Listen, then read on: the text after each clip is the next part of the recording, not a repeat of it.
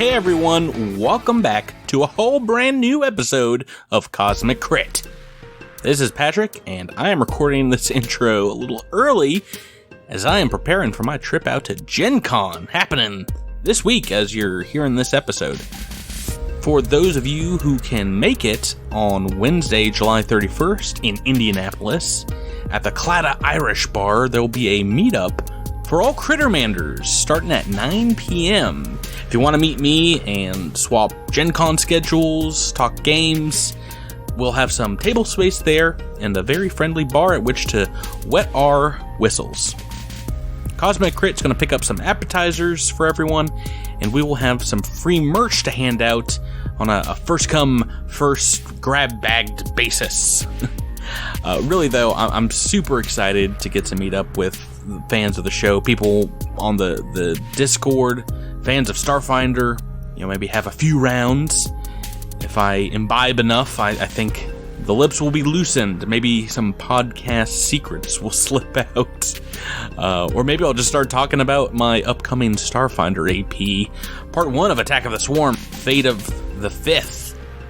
You never know what's going to happen unless you show up and hang out. But if you can't make it Wednesday night, I will be wandering around all day Thursday at the convention wearing a giant Cosmic Crit t-shirt, so hopefully you can track me down. We have new con-exclusive Cosmic Crit giveaways in addition to our pins and dice and other stuff, so if you see me, stop me, take a selfie if you can track me down. I'm just beyond excited to get to go to Gen Con and play some games this weekend, from Starfinder Society scenarios to some new Pathfinder 2nd Edition games, and I'm gonna be at a lot of tables, gaming all weekend long. This trip and the merchandise that we hand out is really only possible because of our amazing Patreon supporters. If you want us to come to more conventions and hand out more merch, do more online giveaways, consider backing us today and telling us on Patreon what you'd like to see us do next. We just hit another goal on the campaign, and I can't wait to get to work on that. And the next goal, our next goal is more bonus episodes of Season 1 of Cosmic Crit's Homebrew Stories. Thanks again to everyone that is already a patron. Once again, like I said, we really cherish and value your support. Alright, okay. I gotta get back to packing my bags here. I will talk to you all again on the other side of Gen Con, but until then, hope you all are enjoying listening to Book 2 of Against the Aeon Throne as much as I am, because we're about to dive right back in. This is it. The plan is developed in this episode, the die is cast, and the players are about to take a plunge into Gulta. Strap into your seats for episode 95, Talmrin's 7. Episode commencing in 3, 2, 1. Episode initiated.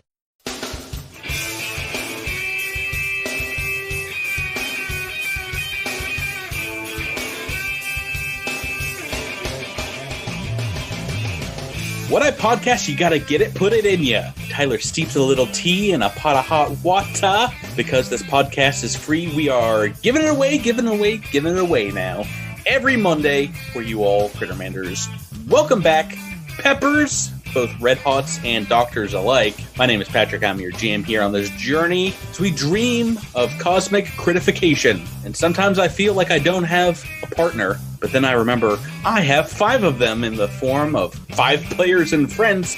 So let me introduce these 5 psychic spies from China. To my right, with his drone, he shares this lonely view. It's Tyler playing Akithi with Drone-itis. I'm happy to be here tonight. To his right, under the Outpost Z bridge, she drew some crit cards. It's Rebecca rockin' Talara. Hello. Across the digital table, the world he loves, the tears he drops to be part of, the win can't stop. It's Miles with the win. Good morning, good evening, and good night.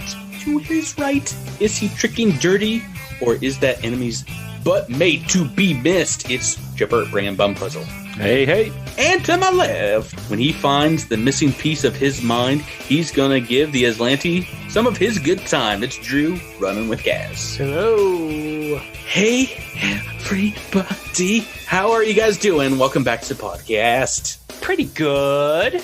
Doing well, thank you. What? Miles' catchphrase. Yeah, I know. Last week. But I need more from you, Miles, this week, because I want to know specifically how you're doing. Miles, what you up to these days? You got a minute to talk about what's going on in Miles' universe. Well, as you guys know, we do kind of do stuff ahead of time. So as of recording, we had just finished our stream of Henshin for our Patreon stream, and the June stream. I had a lot of fun. I got to throw up props to Mistaken Potatoes for designing the suits with Drew, because I thought they looked great. Mm-hmm. But otherwise, yeah, I'm doing fine. I'm getting ready for some festivities, some Spider-Man coming out soon, and some good old Steam games because of the summer sale. So I'm just kind of all the good stuff coming out at the beginning of the summer. You're just dating yourself exactly. Yeah. I mean, I got nothing else going on. Super crazy right now. I have nothing but things that date when and where this is being recorded. Like my geostat location right now. I apologize. Those are the things that are happening in my life right now. It mostly revolves around this show. It's a good point. It's a pretty good show. Well. That was about 60 seconds. We can move on and talk about last week's episode before we start this week's episode. And to do that, I'm going to ask you guys a very simple question. That is, what happened last time on Cosmic Crit? Our meeting with Talmrin goes well, and she agrees to help us plan our heist if we agree to extract her compatriots from the prison moon of Gulta. She suggested we acquire an Azlanti trade ship and helped us lure those poor fools into a trap. Talara intimidates the Zarb and uses his datapad to forge a convincing message to his contacts aboard the transport vessel, advertising a can't-miss sail to lure them to Outpost Z. Wynn tries to jump out and intimidate the Azlanti guards into surrendering, but tragically fails completely, sparking a combat so that the crew can take their ship. We make short work of the Azlanti traders. Non-lethal damage be damned! Our reward for blatant murder is our own Azlanti ship. Now let's go find us a prison moon. I completely forgot that we had to free her friends. You just gotta go in guns blazing, just pew pew pew. Yeah. Yeah, it's gonna be a like we clear out the moon and we come back and it's like, oh, what about our friends? Like, oh yeah, right. Yeah. Could they breathe not air? Sorry. One's a Vesk and one's a Sheer, and they don't need air, right? Well, before we start, again, just a quick XP update as we're doing this as we go along. We did level up last time to level 4 after securing Talmrin's help, figuring out about the relic, but also taking out the crew of the relic gave you a good bit of XP. Right now, we are at 6,575 XP, aka about 14% of the way to level 5. Wow. I was getting excited. Well, we just leveled up, so you gotta. Yes, this is like one step. We gotta find a field with some boars, and we're gonna stay there for about 3 weeks and get us to level 5. What are you gonna do to the boars? Nothing nice. Make friends. Use diplomacy. Yeah. If that's worth more XP, sure. I can't believe that reference is as old as that reference is now. Yeah. About what, 15 years? Yeah, we were all in college. I think that reference is listening to this podcast now. I was in a playwriting class with Rebecca when this episode came out. Wow. The we're talking about the World of Warcraft South Park episode. Make love, not Warcraft. Which came out before the first World of Warcraft expansion, by the way. Did it really? Oh, Yeah. wow. Did it? Was it before Breaker's Day? Because every time that Kyle's dad went to Best Buy, it had all the ads for the expansion all over. Oh, But it wasn't actually out yet. That's crazy. That show is very old, prescient. Like they really tap into, at least like after year 6 or 7, they were like so current with everything going on, and like some of their episodes they write like the week or so before. There is a documentary on called 6 Days to Air, which talks so about good. that, and it's great. And if you're interested in South Park, you should check that out. But if you're interested in Starfinder, you should listen to the rest of this. I don't know. I'm kind of feeling a South Park inspired episode. Anyway, guys. You guys, and go ahead. Yeah, obviously the giant bear is Carmen. No. This week we are. I just called not Kenny. This week, very similar to that episode of South Park. If you're familiar with it, we are in full montage mode as you guys are planning and starting the execution of your infiltration of the Azlanti prison of Gulta. So the first shot that we see here this week is a framing shot, perhaps of the 6 of you, Talmrin included, and it's definitely one of those like dolly shots that's like circling around the outside of the 6 of you, kind of like huddled together, like over a holographic projector on the bridge of the Phoenix's respite. And this montage shows you kind of looking at what looks like small bubbles on a harsh, rocky surface of a moonscape. Tell me, what are you guys as players' thoughts going into this? Your characters' ideas. We've been talking off air about your own ideas, and talking through what exactly is going to go on in the rest part of this AP volume. But what do you think your characters are thinking about in this planning stage? Well, clearly, Cedona, being an android, does not require oxygen. We crack the domes. The Azlanti struggle to try to repair that. While that's going on, we sneak in, we rescue as many people as we can, and we're done. Okay, well, if that's a real suggestion, Talmrin points out that there are several, unmarked bubbles, and like, are you just gonna bomb all of them, crack them open? Curses. Yeah, Bumfuzzle is just sorry that there aren't chain link fence around these things. So he sort of dejectedly just sort of puts away his bolt cutters, and it's like, well, let's try something else. I'm out of ideas. Yes. That's the prison backyard of Malta that you're thinking of. It's got the chain link fence around it. It's very hard to escape normal prison, like in real life. It's very, very difficult to escape a prison where if you go outside, you cannot breathe. You need to account for that. Yeah, I think Talara, being a former pirate and also a smuggler by trade, puts on a show that she's super confident that this is going to go well. She knows what she's doing.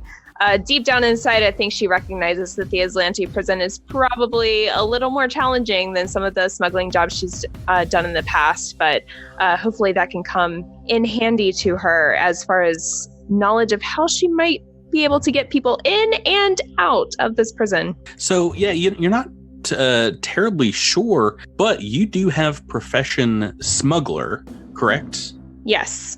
Why don't you go ahead and give me a roll, and I'll tell you everything that Talara knows. All right, come on, roll 20. Give me a good roll.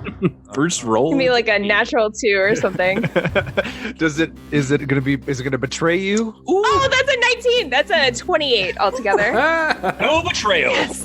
Roll 20s on our side today. Oh, don't speak so soon, Tyler. Roll 20s on Rebecca's side today.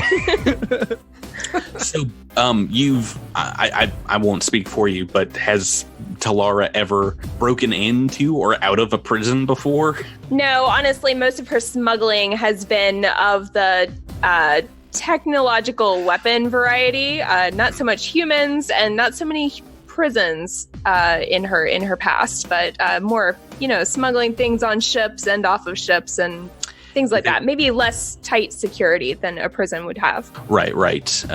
Maybe, or maybe like a similar type of security, but over like a much larger area.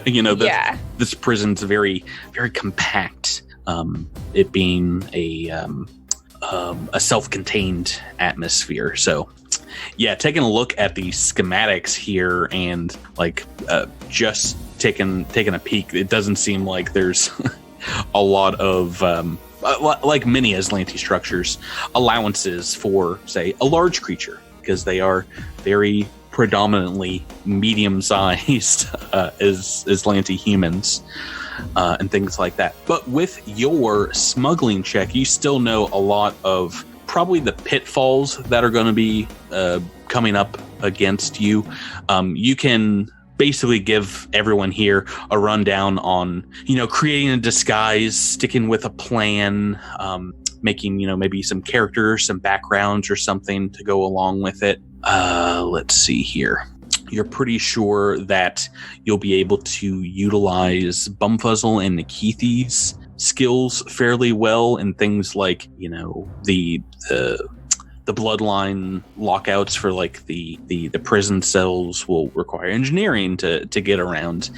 Hacking into security feeds is a computer's check. Maybe not something Talara is like super comfortable with, but something your past pirate crewmates were able to do. Mm-hmm. In addition to that, in general, you have some old school throwbacks if like anything's ever about to hit the fan and blow your cover. It's always nice to have something in your back pocket to create some kind of distraction elsewhere, even if that is going to arouse suspicion. If it's a lesser degree than like blowing your cover, for example, that might be worth it.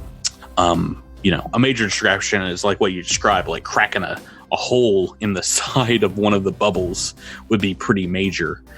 But there's smaller stuff like, using bluff, trying to like obfuscate a conversation that might be able to cause like a minor distraction. And then just in general, trying to fast talk your way out of things, like trying to smuggle weapons past like security checkpoints or something like that. You're pretty sure that for the most part people aren't going to like assume that you have those weapons on you, so it's a good idea to just kind of flip around the script and take over conversations, lead them away from if they are, about to expose you, lead them onto other avenues in conversation. But in general, you have a good idea that because this is a interconnected system at the Azlanti prison, they all use comm units, and they might have like a wired communication network in addition to that throughout the different bubbles. If they get out word to raise the alarm, you're certain that might be like the end of the ruse. And even just small things that arouse suspicion might build up over time if you're causing quite a ruckus in the prison. In general, if you're trying to like sneak through a checkpoint, as low a profile as you can keep, obviously, is going to be to your benefit. In general, people don't take a second look at you unless you make waves in these kind of situations. Any other questions, Rebecca, you have about what Talara might know? Can I ask the team if they have any questions? Yeah, it's a lot. So, I mean, we're in the general planning stages right now. Can I make a culture check to know about law enforcement protocols and practices? All right. For what? For prisons and sort of like how typically they work, how typically security might operate on their. Right. So for the Star Empire, you might be able to roll culture from what Bumfuzzle has read before. Other you guys have picked up about the culture itself and like how people act there, which can provide you a bonus to your general disguise if you're pretending to be from the Star Empire. What you might be asking about would be something more akin to profession mercenary or soldier, or security guard. Yeah, this is part of the profession or part of the bounty hunter theme. Right. Reduce DC for culture and profession bounty hunter checks to recall knowledge about your mark and law enforcement individuals and practices. Yeah, well, what kind of question about practices do you have? Basically, just like how do security profile or protocols work at prisons typically? Like what sort of level of alarm would we have to raise for the whole place to go on complete lockdown? Make me a culture check for that, because I think between what Talar knows and maybe what you can scare up, you might have a good bit of info. That's a 21 with a 5 lower check. Yeah, I don't think this is like a super like strict info question, so I don't think the DC for this would be too high. But for the most part, I hate going back to but in real life, like if anywhere in the prison they're aware of like a fight going on or weapons being shot, like that's like an immediate, slam on the alarm kind of thing, especially in a pressurized prison where that is like a very serious thing, guns firing. For the most part, if they ever find someone dead or having been like attacked, like prisoners have attacked a guard, they'll also go on high alert. But in general, like things like that can happen in like different sections of the prison, and maybe they just shut down that one section. To shut down like the entire prison, they would have to be probably aware that there's like a breakout attempt, for example. I see. Okay. In addition to that, with your guys' roles, you're pretty sure that as far as like prisoners go in a normal prison, there would be paperwork from some kind of officiating group coming in to the prison. But we also live in this science fiction universe where, say Monday you catch a bad guy and you're like, all right, I'm going to take him to the prison moon of Gulta. So you beam forward that you're coming through drift communications. You say, I'm on my way there. And that communication takes 10 days to get there, whereas your starship only takes 5 days because it's a random amount of time that the message goes through. So it's a little bit Wild Westy in that sense, because you might beat the stagecoach with the news that the new sheriff is coming to town. If that's an appropriate example. So that could actually help us. Yeah, we can use that as part of our lie, our bluff, if you will. Yeah, well, what I'm saying is to combat things like that happen, they have very strict, security protocols of, paperwork or something that needs to be presented as well when you're to gain security access to a prison, which is where Talmrin comes in. She has a security key card that will at least get you into the prison, out of the docking bay and into the pressurized section of the prison. Oh, that's convenient. I have a question, unless you have more to tell Bumfuzzle. No, question away. So, what do we know about the security systems in the prison? I'm assuming there are cameras. Obviously, there are going to be guards, communication devices. What's a possibility? We could likely signal jam a camera, but can we feed a different video feed to a camera, like speed style or something like that? A signal jammer is for a specific wavelength of wireless communication. Talmrin will dispel all myths about this and say any and all cameras are going to be closed circuit and they will be hardwired in, so there'll be no jamming them.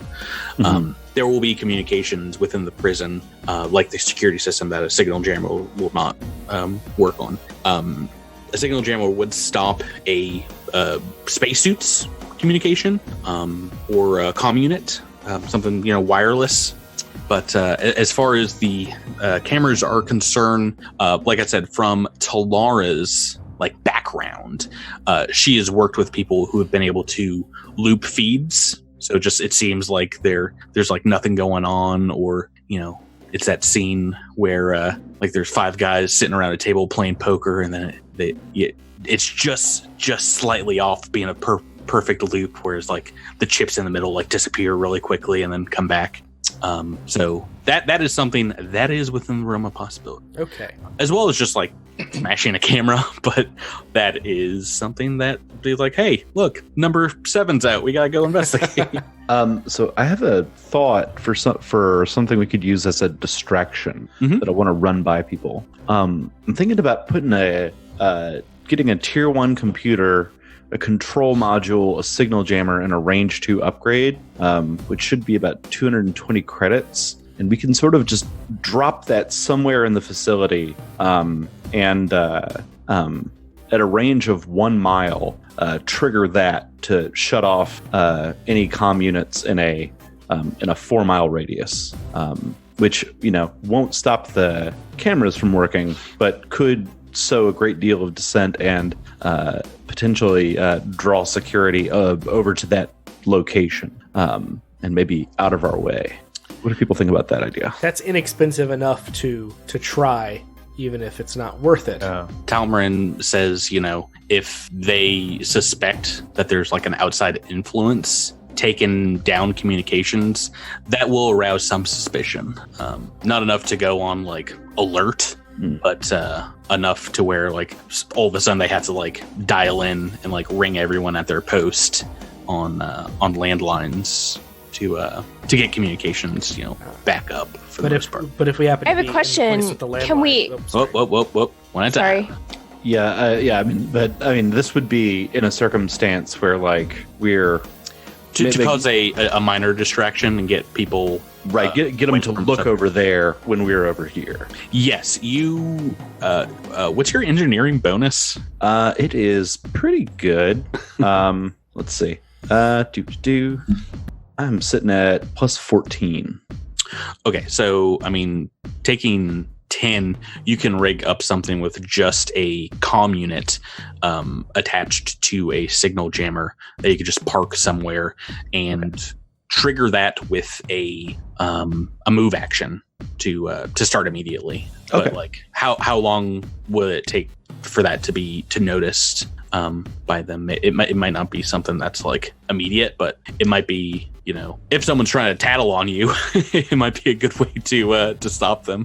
Yeah. And so, and they would have to go around and look for it. And if we drop it in a trash can or something, when they go and once they locate the center of the signal, then they won't be drawn to us.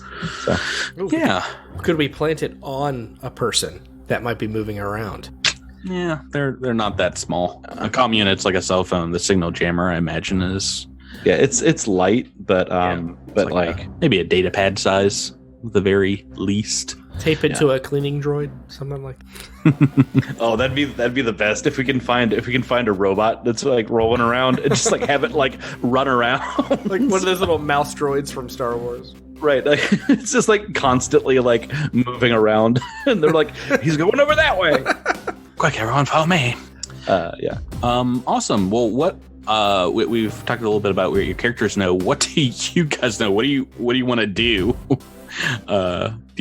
We've been talking about plans for about a week now. Yeah, I think we've kind of gone back and forth on a lot of different ideas. We've been brainstorming quite a bit. I think probably more than any other thing that we've tried to do. Well, I've tried to play devil's advocate. I'm sorry if I sound like a negative Nelly, but one of the ideas was putting someone in a box and in them in. I still think it's a great idea. So, the one thing, Or null space chamber. the one thing we didn't know is that we have a key card to get us past the docking. That changes things slightly because that means that worst case scenario, we just kill the guards that are in the docking bay and then walk in. It's not No, going to all get us right. So supremely no, far. that's unnecessary. It's unnecessary. The card just bolsters our plan. So Yes. our plan is for. Should I just lay it out for everyone? Yeah. please. I mean, we should mention you guys have been talking, like I said, for about a week, and this came up today. Yeah. So this was definitely a team effort. No, I mean it was a lot of different ideas kind of coming together.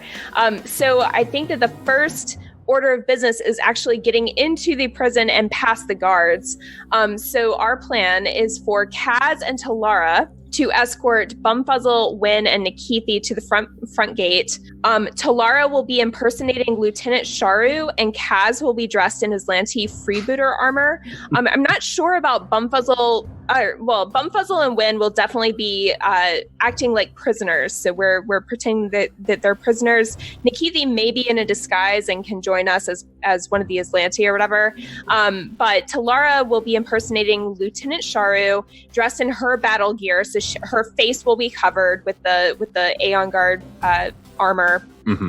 And we'll explain that these three were procured by her and her crew when they made trouble in Nekandis. And she thinks that they might be helpful in negotiating with Cedona, the prisoner, and requests that the guards arrange for her to meet with Cedona and the prisoners in an interrogation room, or to take her to Cedona's cell, whatever makes sense in the moment. But somehow we want to get an audience with Cedona, ideally. But at the very least, we want solitary access to the prison once we're inside. We want to get the guards kind of off our backs, but we think that impersonating Lieutenant Sharu seems like the best way to go about doing that, because intimidating them and making demands will be a little more believable when it's coming from a lieutenant commander, hopefully. Well, and that's playing to Talara's strength, right? Like, you're majorly intimidate. Yeah, intimidate, diplomacy, and bluff. Our bluff especially is actually my best skill. So hopefully between the three,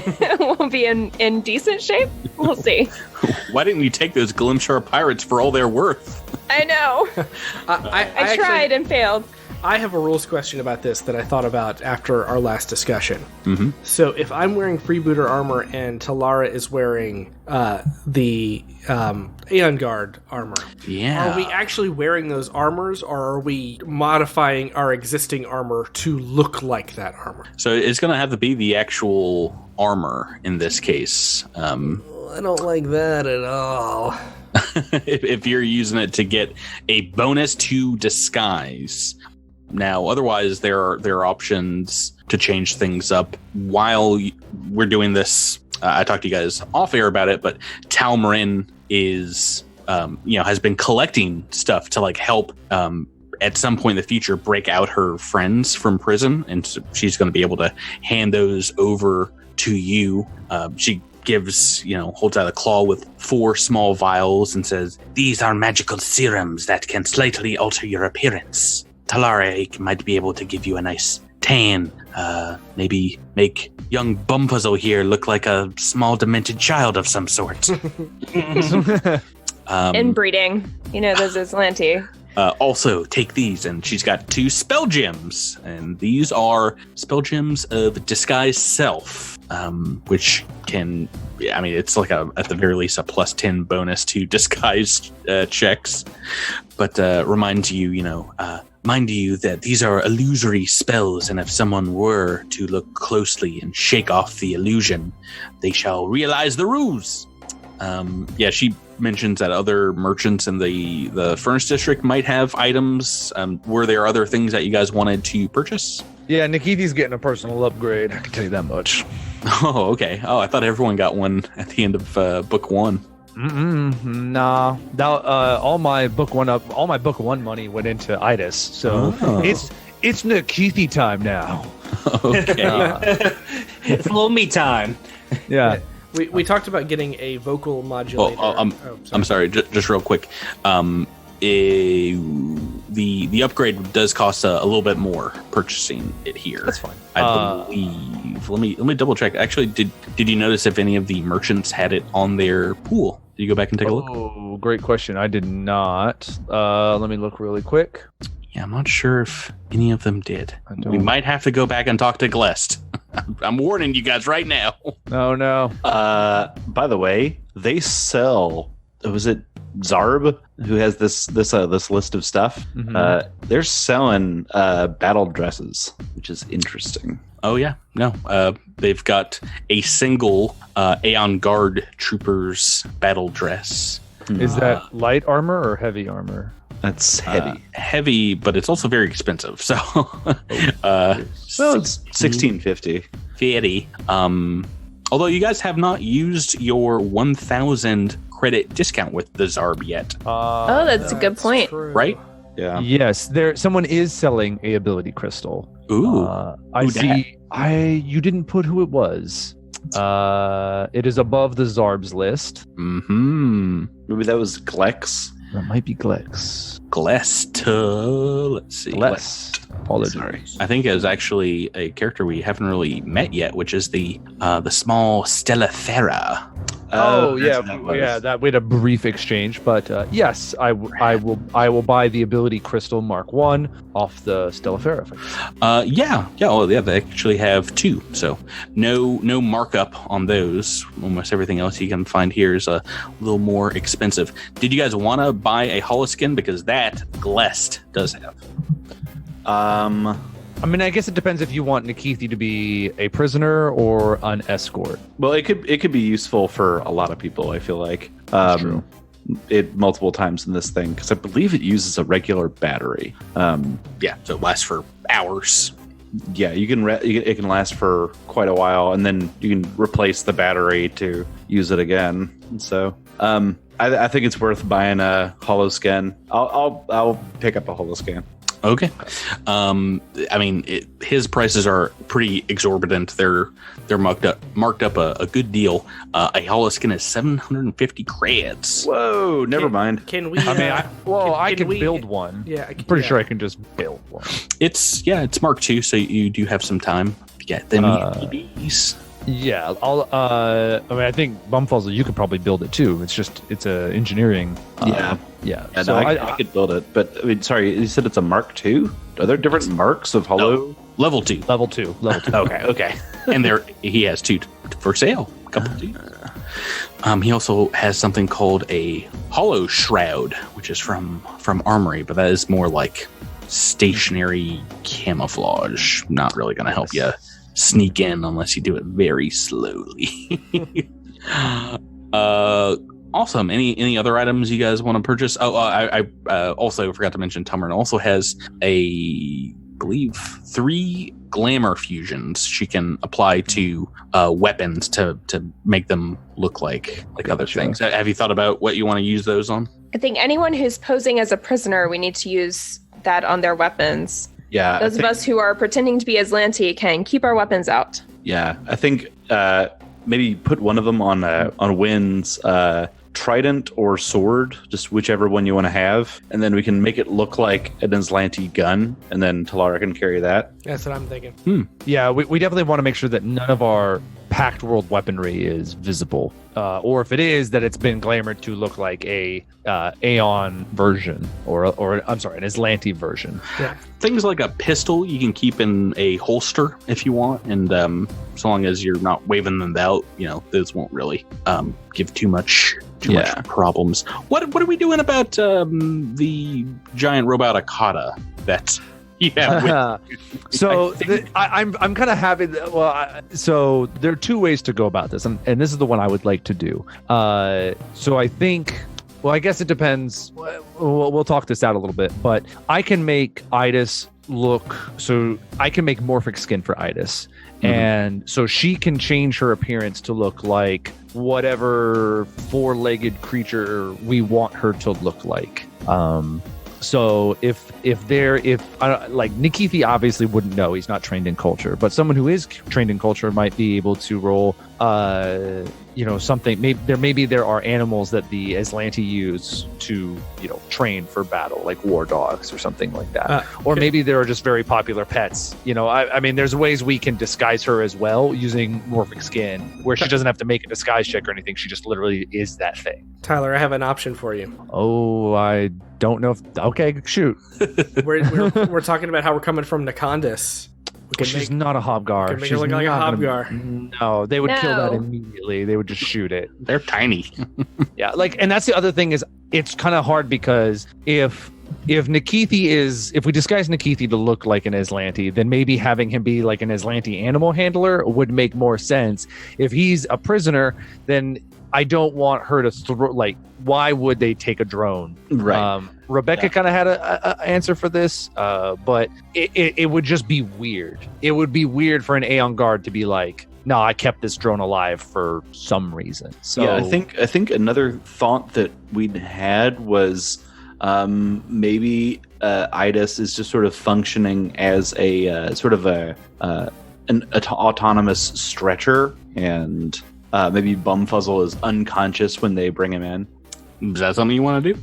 I'm just trying to think of how we make it look like an autonomous stretcher. I mean, just laying on top of Idis. Just put the gun away.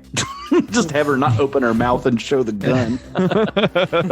Just tell her to breathe through her nose.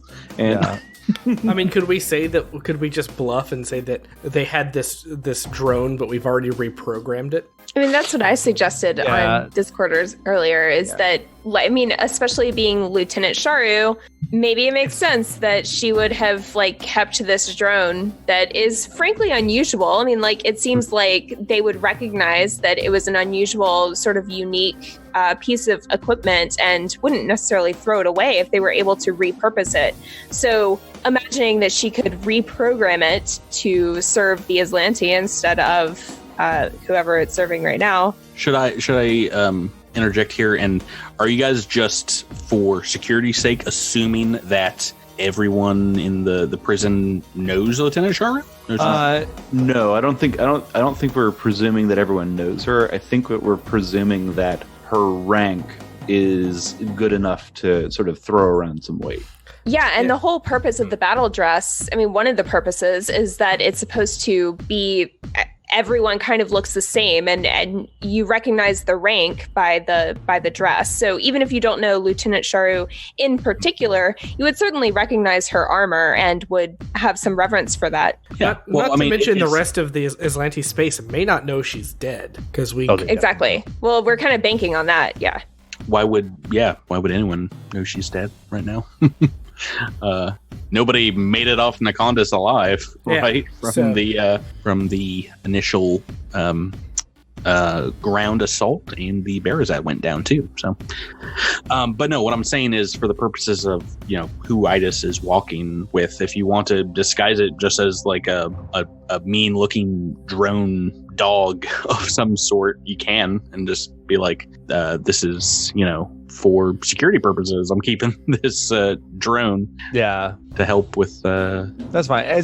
I just figure we should morph her to look like something not an Akata, because I just feel like that's even more outside the realm of normality. What do you want to make her look like? This is up to you, right? With her morphic skin. Yes, but I think Nikithi wouldn't really know what it would be best to make her look like. Maybe he would ask someone who has. I don't think it's a culture check. I think it's more life science, and I think you would know that. Okay. I'll roll life science to see if I maybe if he has some inspiration as to what would be a better thing. That's 17.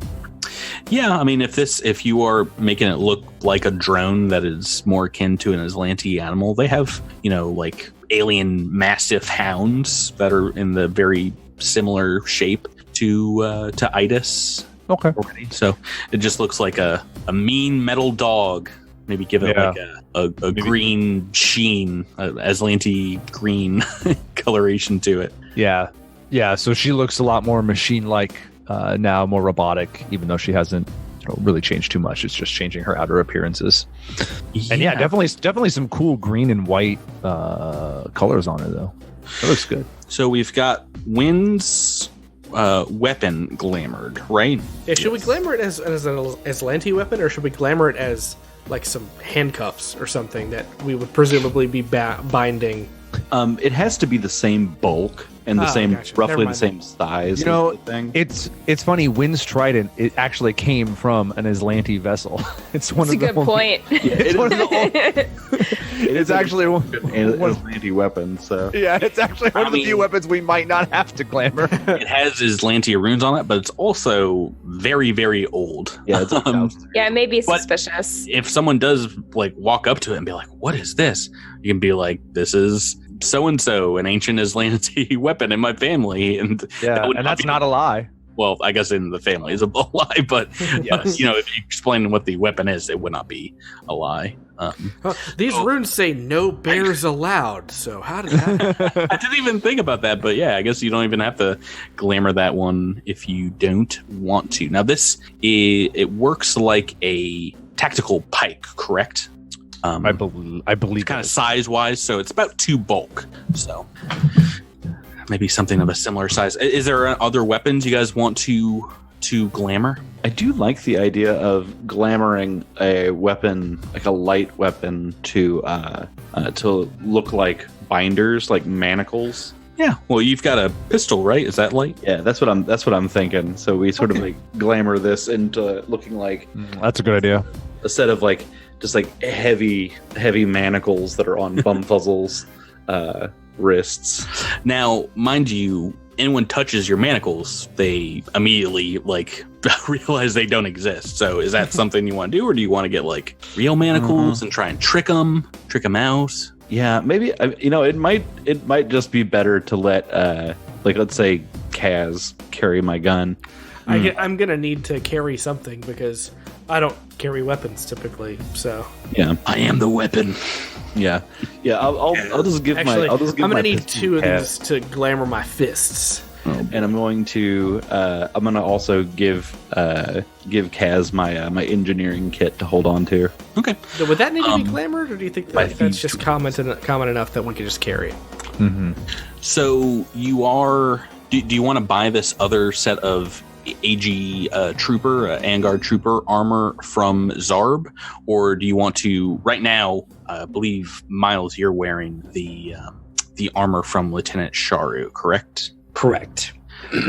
Are you okay taking that off and letting Talara use it? or- If we can get glamour, I would prefer to do that because then I won't have any armor at all. Well, we can So- get you. We can buy you some new armor. You can buy the other set of armor that Zarb has, so requires some polish and things like that. I mean, it's up to you guys. What do you want to do? I mean, it would be nice to have Nikithi in that, but is it going to look suspicious if there are multiple Aeon Guard when they know? Like, do we know enough about how establishments like Nakandas's invasion force would be set up that because Sharu was the only Aeon Guard there? Normally, Aeon Guard work in small patrols of 2 of them. Like you guys fought in season 1 of Cosmic Crit, only 2 Aeon Guard aboard an entire starship. They're kind of like the commandos of the Azlanti Empire. So Yeah, I feel way better about how badly that fight went, knowing that those are like bosses in this. in lower campaigns, yeah.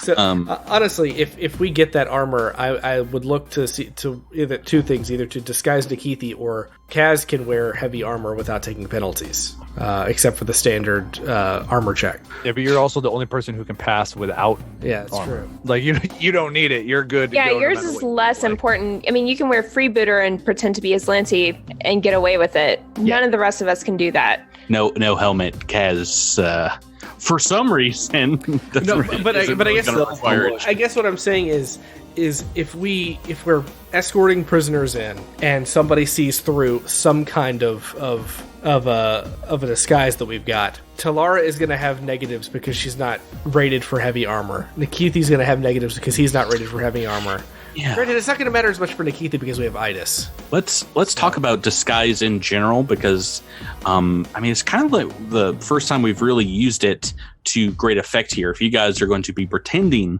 to be Azlanti, creating a disguise as per the skill is an interesting skill. It is opposed. Your disguises are opposed by like the guards in Gulta's perception checks. Now, the interesting thing about that is you can add all your bonuses up and get some potential bonuses. If you are carrying an Azlanti weapon or a weapon that's glamored to look as Azlanti, you'll get a plus +2 bonus on your disguise check to appear as one. Did we already roll culture for? Yeah, Bumfuzzle rolled a general culture check, which is enough to figure out like the attitude and the posture for guards or military in the Azlanti Empire, which he can, if you're rolling it, Bumfuzzle, a disguise check, it gives you a +1 bonus. Mm-hmm. If you are a non-human, it's a -2 to -5, depending on how weird. And if you're a really weird alien, like a Nikithi, it is a -8. Now, things like the hollow skin, if you want to use that, basically wipe that out. You can get a bonus from the spell gems. You can get I believe a bonus from the vials of change appearance, the serum of, what were they? Serum of change appearance, I think is what they were. Of appearance change, yeah. Appearance change, yeah. That makes more sense. Those also will help to that. And then finally, to my notes, it sounds from your plan you're not going to make Bumfuzzle or Win look human or Azlanti, because that is a -10 to disguise check if you're trying to make a small creature look medium size or a large look medium size. So yeah, I think that if we put if we give Nikithi a hollow skin and use one of those spell gems of disguise self on Nikithi, we can make him practically human for visual purposes. And I'm also gonna go in on a vocal modulator so that I can sound human as well. You can sound more human as well. What's your human voice going to sound like, Tyler? Hi, I'm an Azlanti human. I'm here to help with these prisoners. Boy, oh boy, do I hate other alien races. Yes. I am so glad that we are all surrounded by the superior race of humans. Nikithi drives a car like this, but Azlanti drive a car like that. I think we had also talked about a vocal modulator, maybe for Talara. Talara, is that something you're still into? Yeah, for sure. Okay. Well, is Sharu's voice known enough to be worth the cost? Well, I mean, as established before, not everyone knows necessarily Lieutenant Sharu personally, so I'm not sure it really matters if I'm. But if we come up with somebody who does know her personally, yeah, that's true. It's gonna It'd be real awkward. Her voice is probably also on record somewhere that if they needed to check a voice match ID or something like that. Right. Yeah. Who knows if we're gonna come up to a door that's gonna be like, please state your name or something like that. Oh man, if only we hadn't blown up that data pad from Lieutenant Sharu. I know. If only somebody hadn't lit it on fire. Yeah. Classic callback. Whatever happened to that data pad, Nikki? I repurposed it for better use. Suppose you're right. I trust you. I have the audio files. I downloaded everything onto my custom rig, so it's not like they're gone. Yeah, we can use that. Yeah, so we can use that to sort of get a good sample for the voice. Hi, this is Lieutenant Sharu. Leave a beep, a message after the beep. There might be some audio recordings there to help you out with that. And with that, I want to get into infiltrating. I don't know about you guys. We've been talking about it for I'm kicking myself for not choosing invisibility at the last level up.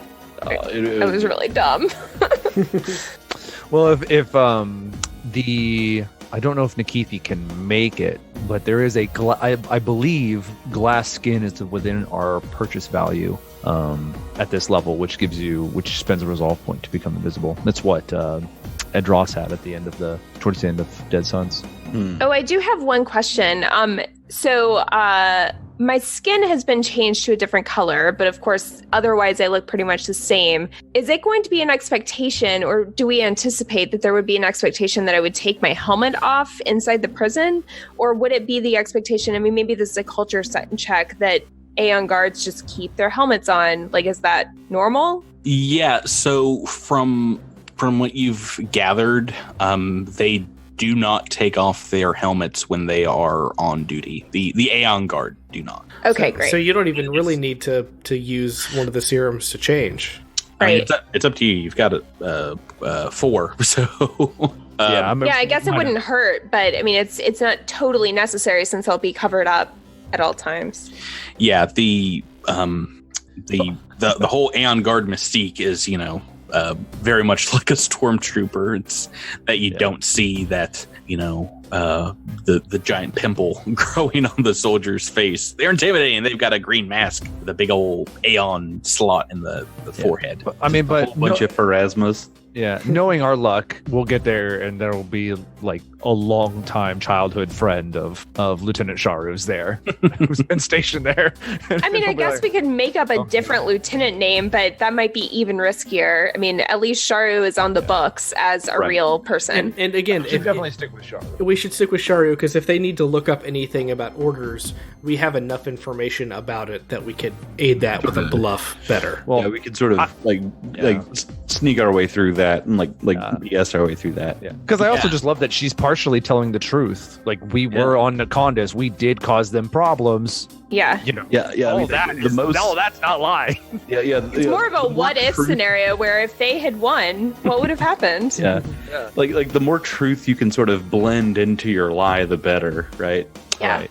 Well, Yes. I mean, I don't know that the dice care, but So I care as GM. should Nikithi be wearing different armor then? If he's gonna put on the hollow skin, the vocal modulator, and disguise self. Right now, he just has second skin. So having a I think at the very least, if we put you in freebooter armor, the same stuff that Kaz is wearing, at the very least, or we can dress you up like an Aeon Guard if we want to spend the cash for that.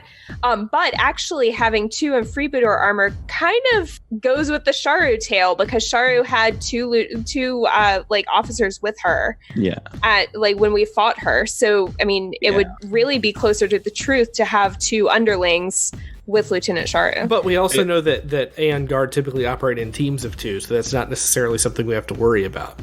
Yeah, I mean, they were IVSC cadets, and I mean, they often train underneath the Aeon Guard or could be under their command.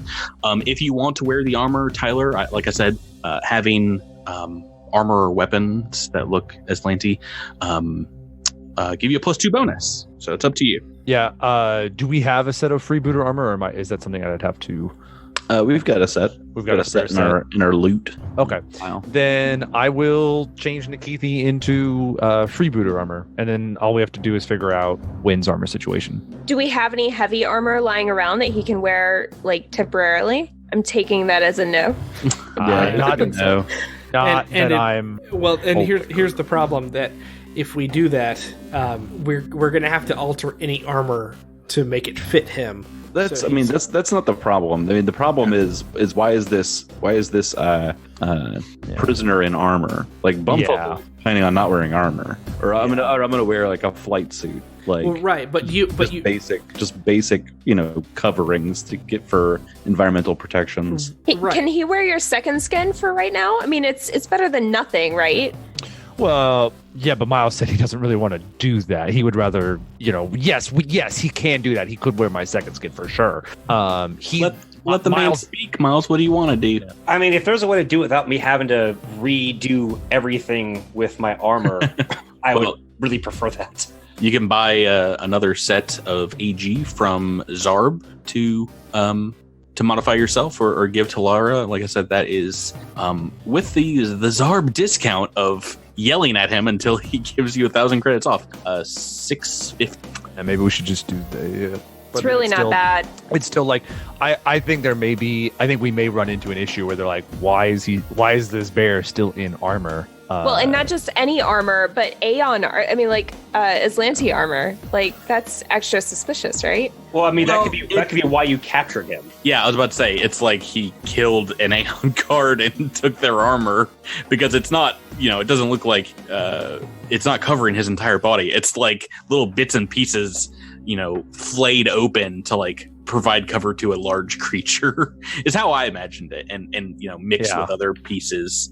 Mm-hmm. So maybe the chest piece is covering up just like his midsection, or the arms are kind of like epaulets, or what are those things on the shoulder? Pauldrons? Yeah, like a pauldron or something. So it's not like complete set, but it does look like, and is providing appropriate cover. So do you want to purchase that, Miles, or get an additional one? Yeah, we can get an additional one. I mean, I don't mind spending the credits if I don't have to lose my armor. Well, I mean, we really could split that. I mean, because I'm just borrowing the armor for right now. I can't wear this long term. Well, yeah, but the problem with is since Wynn's a large creature, we would have to rework the armor to get it to fit him again, and that is the thing that we don't really. Yeah, because I'm worried we're gonna get into a scuffle pretty quickly, and I am gonna be. You're worried about doing it on the fly, Drew. Right. Oh, Yes. no. I understand that. I'm just saying the credits. Like, I don't think Miles needs to pay for it all by himself because I'm only borrowing this armor. I mean, I'm taking his armor. Well, you guys got a whole bunch of UPBs from taking the relic. So if you want to take it out, like whatever you're purchasing beforehand, take it out from that amount and then divvy that up after. That's on you. For the most part, it sounds like you do want to purchase it, so let's move ahead with that in mind. And I'm hoping that's all the purchases. Yeah, we've got to do. No one needs any other weapons or anything, right? Let's get back into it. You guys indeed have to spend some time if you do want to craft some items.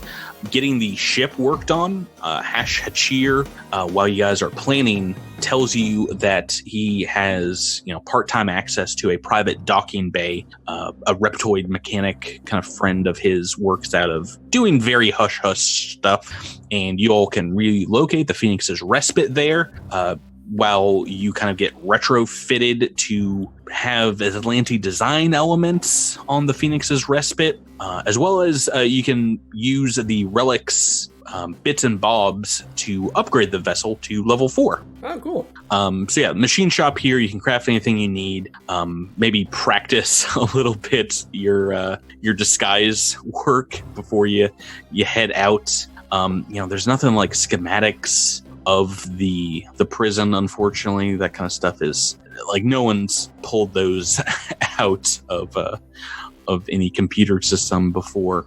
You have like a very blurry photo to go off of, but you can spend your time planning doing this conversation that we've chatted of. But yeah, let's get this montage kicked into high gear as the Phoenix's respites. The last thing that you work on is getting the engine signature to pump out basically Azlanti like level emissions. So you're like upgrading the engine, so it's on par with Azlanti technology. If someone looks at your like the signature that you're cutting through space, you're going to appear like a smaller Azlanti transport vessel, along with the transponder of the relic. And that's where we find ourselves next in the montage in space. A few days later, blasting off from Outpost Z. You guys can whip up the drift drive to move through the system, and it's only going to take D6 days to get basically to the other side of this star system. Who wants to roll me a D6? Puzzle sounds like. He's the pilot. Nope, Miles got it first. Captain Wynn, what you get? 3. Okay, so a few days later, we will assume that you guys are just munching on fish, eye, and tongue stew the entire time. Just the worst food that you're able to pull from Outpost Z. And yeah, 3 days go by of once again maybe practicing your stories. Bumfuzzle can kind of instruct you guys on how, Azlanti act.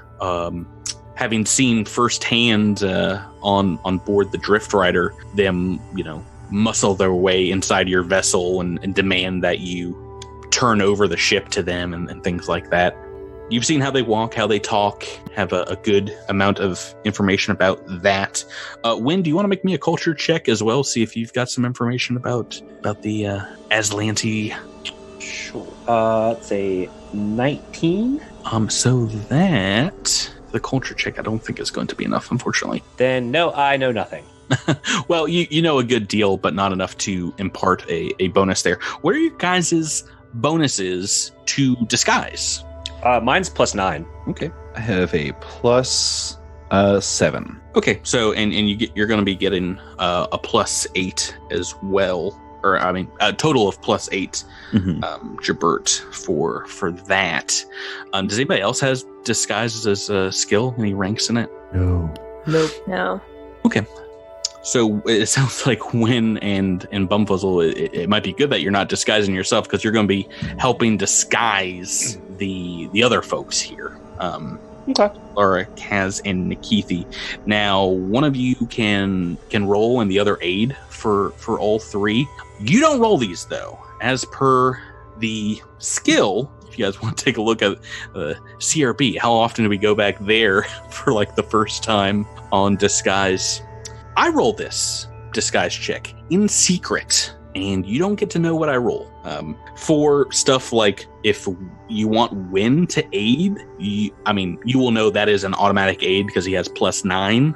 Or you can take the risk, Jabert, and assume that I'm not going to roll a 1 on your aid for anybody. I'm just going to assume that I aid all these checks. I have a question. Can I just keep Charming Veneer up on everybody during this entire thing and give everyone +1 to charisma-based skill checks?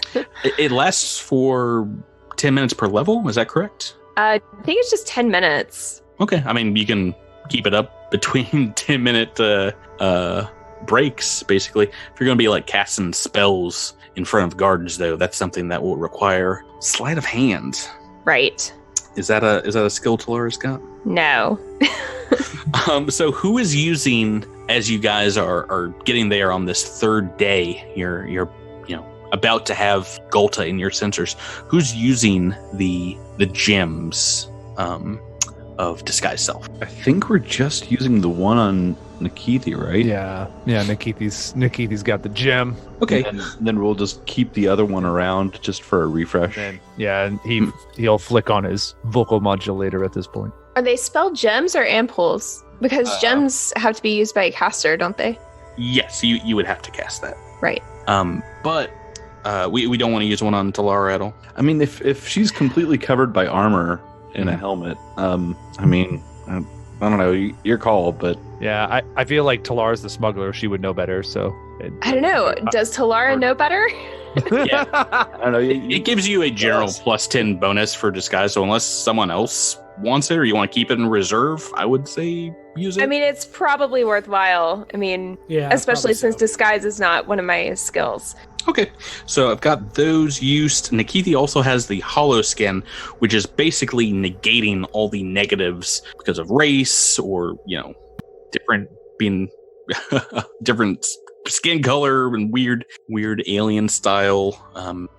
And that's going to remain up basically until someone physically interacts with you. Mm-hmm. So that's pretty good as well. Kaz not really doing anything, but we can still make a disguise check for you. Do you have any Azlanti weapons, Drew, or just you have armor, right? I have the freebooter armor that I need to put on before we land. Grumble, Okay. grumble.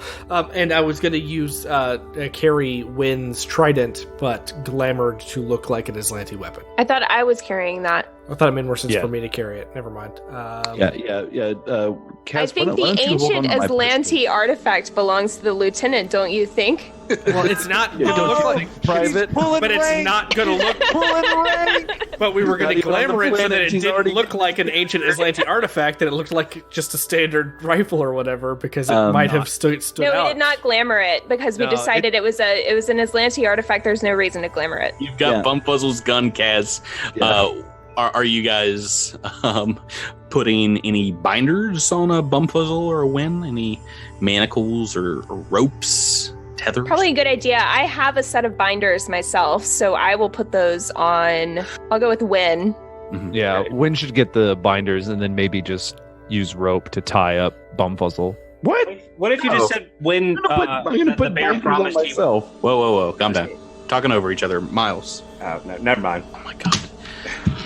Bert.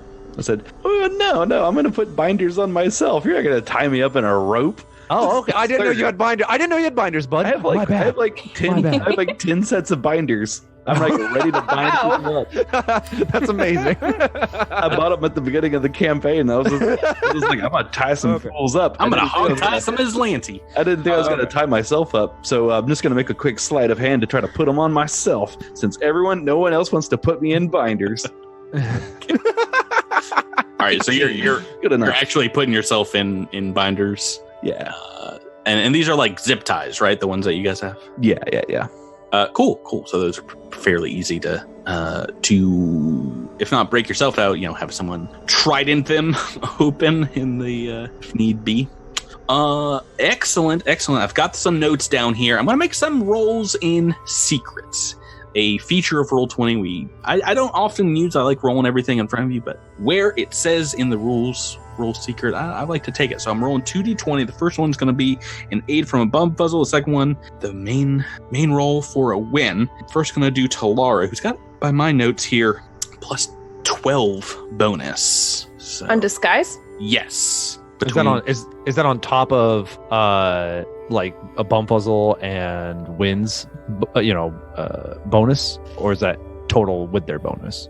No, that is not including their roll, which I'm rolling now in secret. Okay, got a number here. I'm gonna do the same thing for Gaz. Doesn't need a lot of help.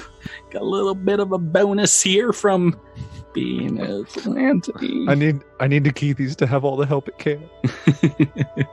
Let's see. Hopefully, no one will get close to him just because of the tech hound.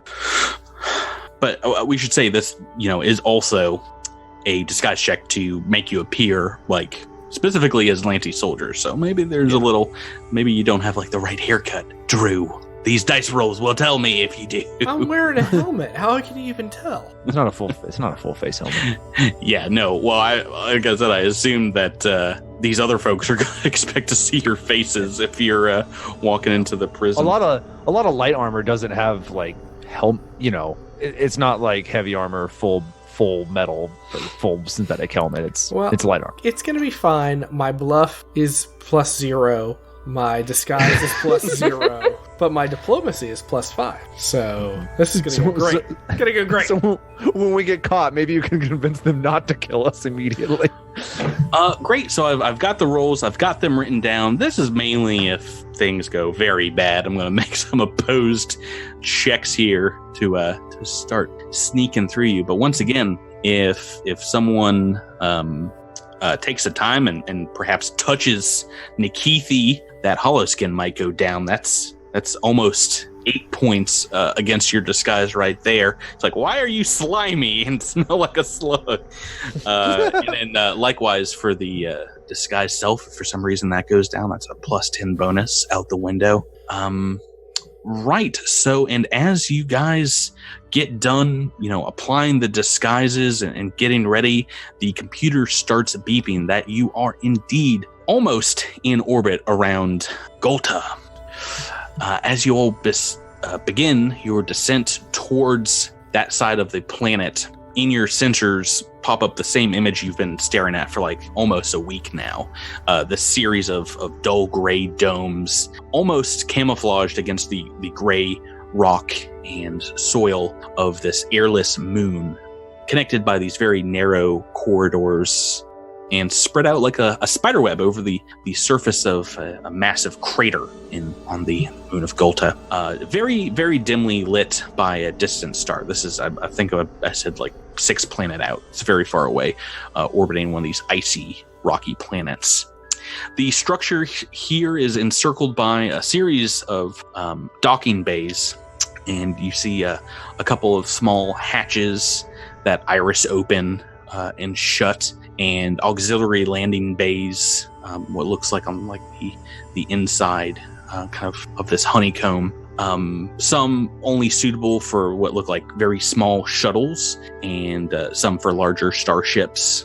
Yeah, and as soon as you guys get within range, you are hailed from the prison. Looks like a holographic sensor kind of sending you a message. Before we receive it, I'm going to cast Charming Veneer on everyone. Oh yeah, Do that every time I get a chance. Okay, yeah, you do it before you get off the. It's going to take 30 minutes to touch down too. But you do that holographic transmitter. You opening up the transmission. Yeah. So on the view screen is indeed an Aeon guard helmet, very similar to yours, maybe like a Mark II, where yours is like a Mark III. And they say, we have you on sensors, transport vessel. Report to docking bay 6B. Your code for entry 785 Ultra 1. Acknowledge this transmission if you are receiving us. Acknowledged. They close it very quickly. It seemed fairly ho-hum, like the conversation. Very short, very curt. As you guys get closer towards the planet, you can see the docking bay. It's fairly large. There's some bright lighting, some small steel walls around the outside of it, kind of shielding it from the surface, the glare of the surface here. It is empty, minus maybe like a few like empty crates off to like a side, and some cargo equipment, things like that. And yeah, you guys can put her down. Let me bring us to the map. We've been on Outpost Z for like 4 episodes now. Finally getting a new map. Zarb with us, right? What, Drew? We brought the Zarb with us, right? Yeah. Did we not make that clear? Zarb is our friend forever now, and we've gotten with us. No. Okay. He is clinging to the back of your vessel, just like chomped on. Like, Zarb! he's back, man. No, but pretty easily, just out the view screen, as you guys touch down, you indeed see what looks like a few cameras in each of the corners of the docking bay, and on the south side here, what looks like an airlock, one of those circular iris airlocks to get into the facility. And this is where we are. What do you guys want to do? Put on the binders and put on my best beaten up prisoner face. In fact, I look over at Kaz and I say, "Kaz, punch me real quick." Oh boy. Like a non-lethal punch, or I mean, just you got to make it look good. So just give me a punch. That's a natural 20.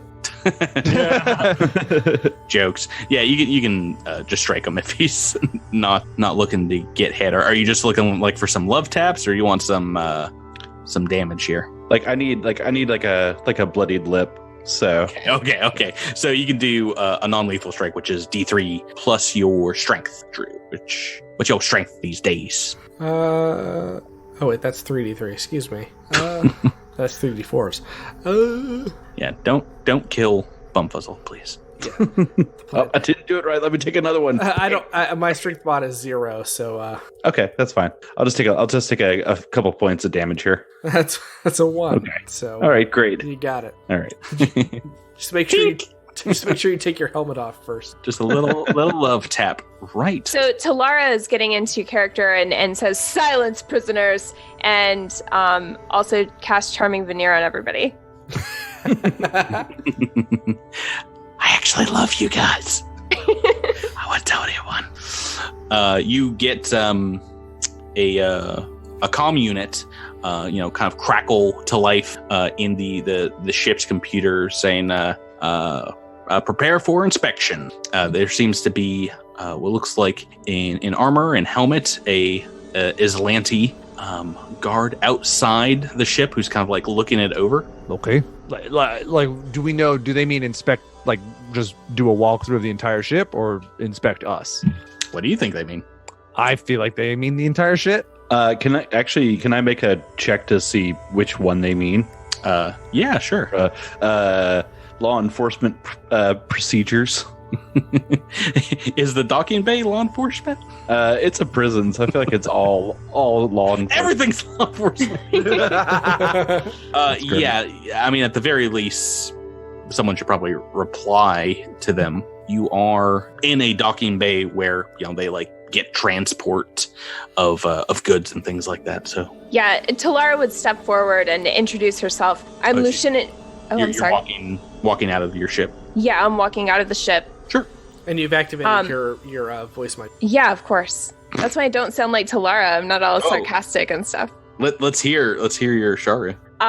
Well, now you've thrown me off. All right. I am Lieutenant Sharu. You are welcome to investigate our ship as needed, but we do not come bearing goods. We come with prisoners bound for this prison. Well, I'm sorry, you don't have our supply transport? Is that what you're saying? I thought this was a resupply. I thought we did have the supplies that we took from the relic. Nope, Talmrin took those off your ship. Yeah, we're trying to pretend like we're coming from Nakandis. Why would we have supplies for them if we're coming from Nakandis? I don't know, this guy seems to think you have supplies. Yes, this was a transport vessel, but does not contain supplies. We were forced to take it as we had no other form of transportation. These hooligans caused us trouble on Nakandis. We are bringing them here for proper justice. This guy looks a little confused. You see on his armor, it reads his name, Iovanus, and he's like, I still have to do like a search of the vessel. You don't have any of our goods that we've been waiting on here? I know not what those goods would be. I only come bearing prisoners. Oh, well, I don't, that's above my pay grade, so I can't really help you there. But I mean that seems a bit odd. Make me a bluff check. All right. You are indeed, yes, technically lying. Laura, you need to lie better. Oh no, That's a 28. Right. So I'm not gonna roll. Oh, actually a 29 because of my charming veneer. Oh yeah, I'm not gonna roll because I can't possibly beat that. Yeah. Your lie about transporting prisoners. He's like, I just can't do anything with that. So I'm just here to transport things and inspect cargo. I guess you need to see someone higher up than me. We'll kind of step back into the back towards the crates in the western side of the docking bay. You're doing good work, comrade. Keep it up. And Lieutenant Talara walks toward the entrance with her key card, her handy dandy key card. Just a major Freudian slip here. Just lets herself in. Guys, just call me Lieutenant Sharu from here on out. Oh, I'm escorting my prisoners, by the way. I call to my cadets. Cadets, bring the prisoners forward. So Kaz steps behind Win and kind of pushes him forward.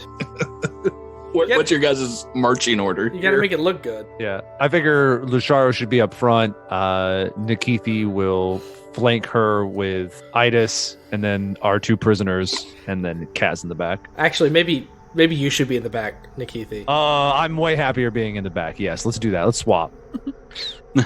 Okay. It's more natural. I'm just thinking because they'll see me first, and they may not see Nikithi behind the giant bear to inspect him too closely. Cool. All right, so yeah, you guys can go through. There's a double airlock here. You'll have to squeeze into in bits. You see another camera kind of like pan over to you as soon as the door opens in this tight space here. Double airlock all the way across the bay. As you guys squeeze in, the door behind you closes to the disguised Phoenix's respite, and it is, very quickly, a lot faster maybe than some packed airlocks. It cycles the air into the room just like a huge, like from the movie Aliens, there's like bursts of air all over the Nostradamus. It's just like a massive injection of air into this room. And then there's like a red light that flickers here, indicating that you guys are good to take off your helmet if need be. And the door opens, and staring at you immediately on the other side, a fairly large room, but in the doorway is a trooper, is another Aeon guard trooper, a female guard, and a very similar getup to what you have on right now, Talara. She kind of laconically, takes a hand off of her weapon and puts it forward, and they have like a speaker that resonates through their helmets, and it's like security clearance. is the voice that emanates out. Well met, comrade. I think she was asking for the clearance code. Is that Yeah, I think she's actually Oh, right. Yeah, I wrote that down. hard. Okay. Do you just show her my card, or do I need to give the 785 Ultra 1 code? Is that what she's asking for? Guessing that. Make me a culture check. It's a 19. Yeah, she is just asking for the card. You would Okay, look great. a fool if you give her your docking code. Oh my god. Okay. Talara shows her the card without hesitation. She like taps it to her own comm unit, and there's like a blue light that flickers. She kind of looks at the screen for like 30 seconds, kind of reading it over, and then switches to a private channel that like only comes through the Azlanti Aeon guard helmet, and says, "Been out there for some time, have you, Lieutenant Sharu?" Yes, we have just arrived from Nikondis, where we apprehended these 3 packed mercenaries trying to make trouble for our star empire. Two 3 mercenaries? 2 mercenaries. I mean, two. Our plans have changed. 2. pray I don't change them further. Worse all the time.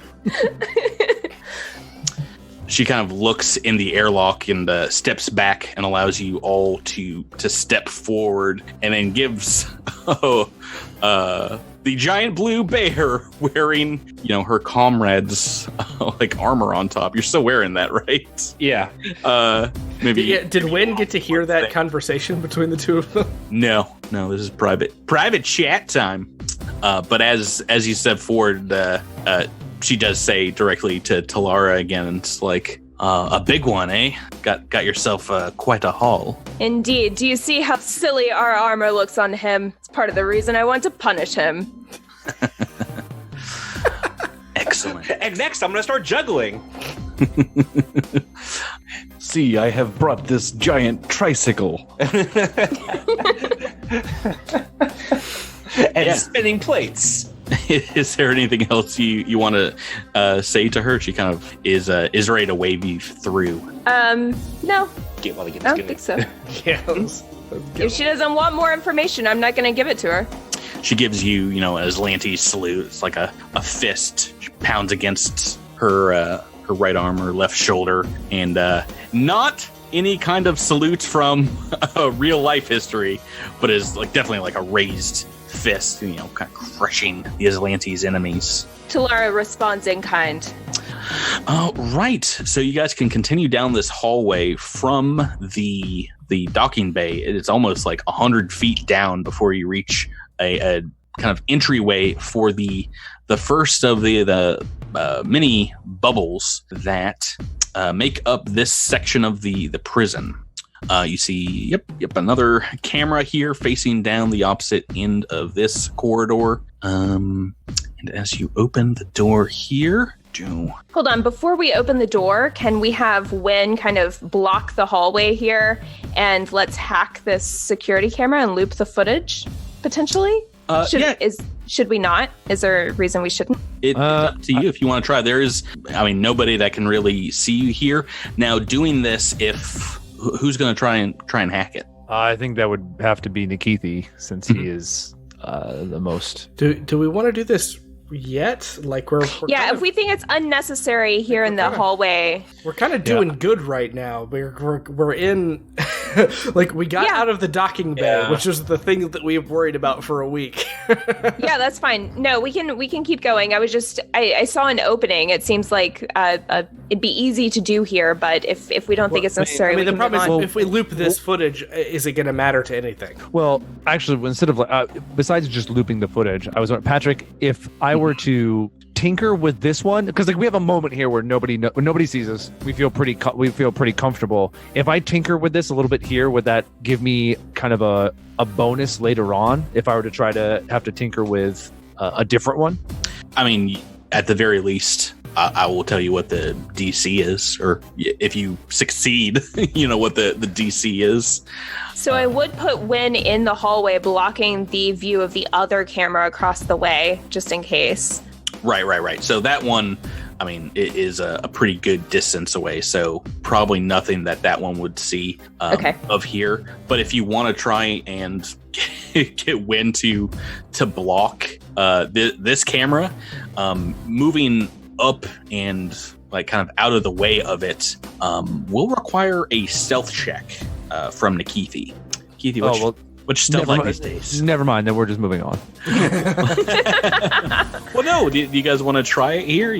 Nope. No, we can. We can move on. Yeah, move on. just for future reference, if we can put me like directly underneath the camera, I can stealth over to the camera pretty well. Yeah, I mean, if you want to do it as well, that's a possibility. And if someone wants to try and aid by blocking the camera, like a giant blue bear, you can do that. Do you want to try it just to test it right now? I mean, I'm asking Rebecca. I'm specifically asking. Rebecca, leading this the off. risk would be that we set off an alarm as soon as we get inside the place, right? So maybe we should just move on for now. Good. Good. But keep it in the back of your mind as something we can do. Okay. Yeah, let's do it when we're under fire.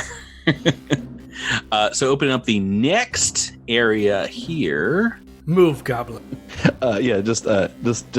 Just for you and me, Drew.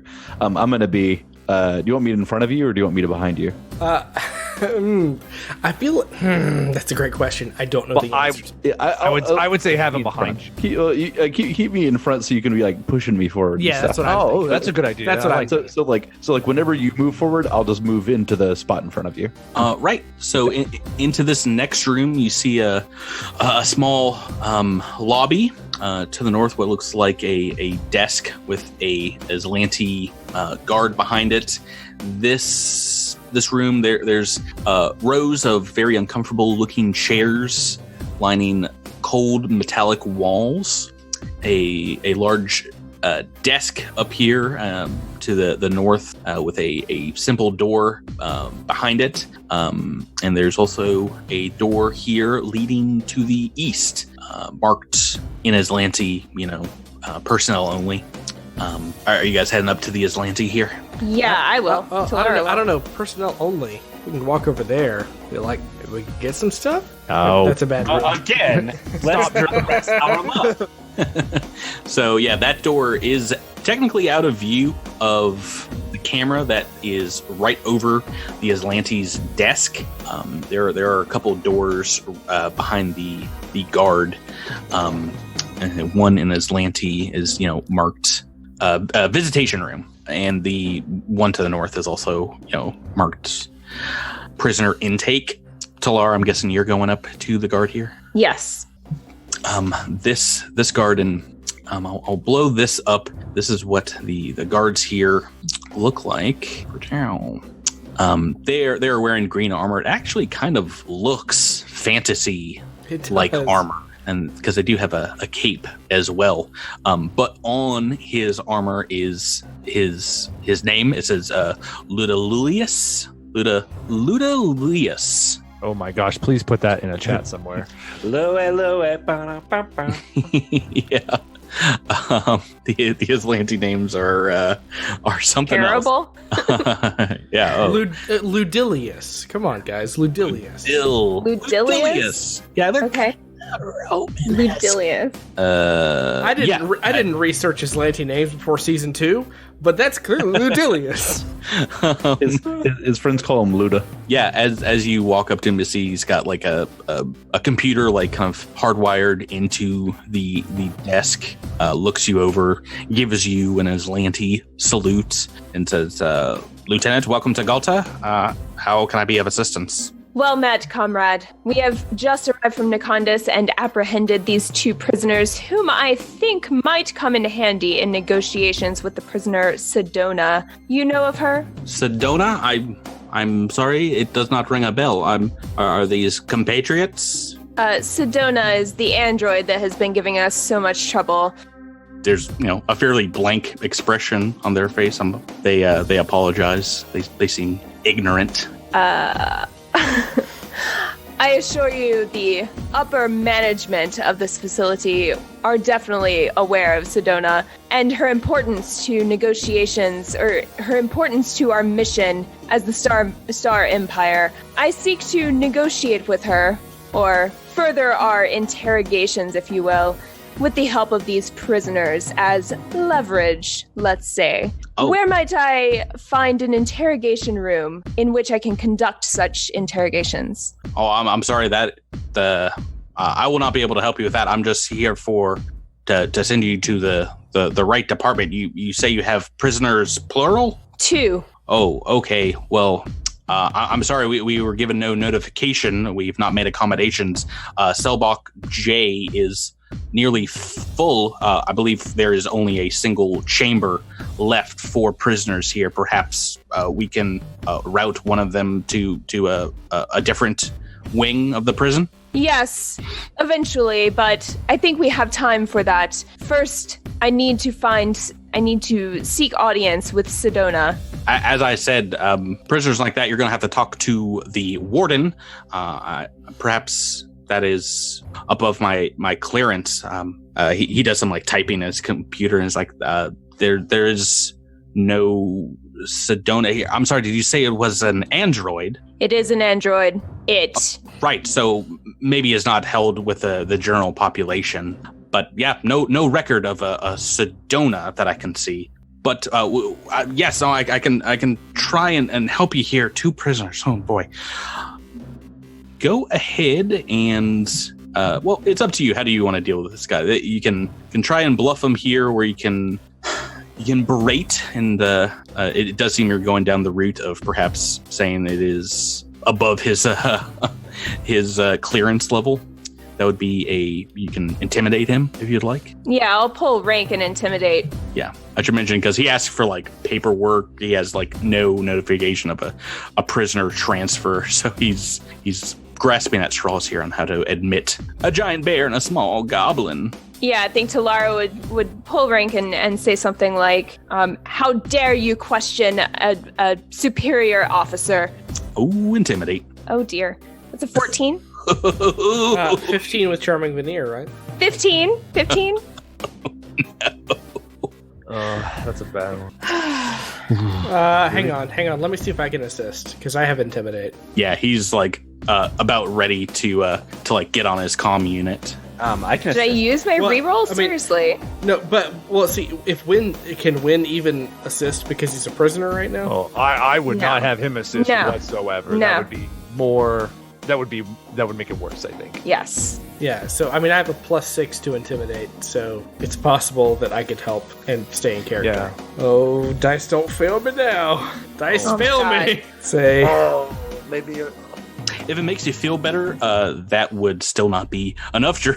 I'm doing the math here. Yeah. No, I got that, Patrick. Thank you. Well, even if you had succeeded, I'm realizing not gonna be enough. He picks up a comm unit like to his side and is like, I'm going to have to call this in to the warden. 2 prisoners. I'm sorry, I just don't know if I can do this.